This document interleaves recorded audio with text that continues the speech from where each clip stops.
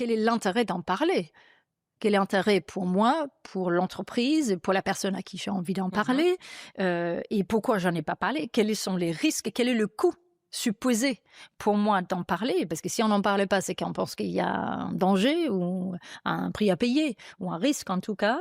Et ensuite, quelle est l'intention? Quelle est mon intention quand j'en parle? Est-ce que tu as un exemple pour que les gens comprennent, tu vois, d'un non-dit classique et comment on fait pour désamorcer, pour que ce non-dit soit plus un non-dit, Bah, déjà, quand on prend, la responsabilité de dire à la personne, «J'ai envie de te parler de tel et tel sujet». Enfin, moi, j'avais donné l'autre jour, à l'époque de chez Hayat, un exemple où il y avait un problème de soupe d'aileron de requin.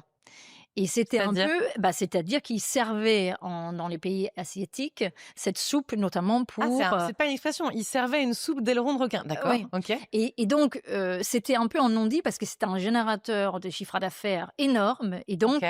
on le servait et on savait que c'était un sujet en termes de bien-être animal et bon, les requins, les tuer, juste pas ça, hein, donc et en même temps, culturellement, c'était extrêmement important De servir cette de soupe. servir cette soupe et derrière ça, il y avait tout le wedding business, donc tous les mariages et cetera, donc c'était extrêmement, difficile d'en parler et ça durait depuis des années et donc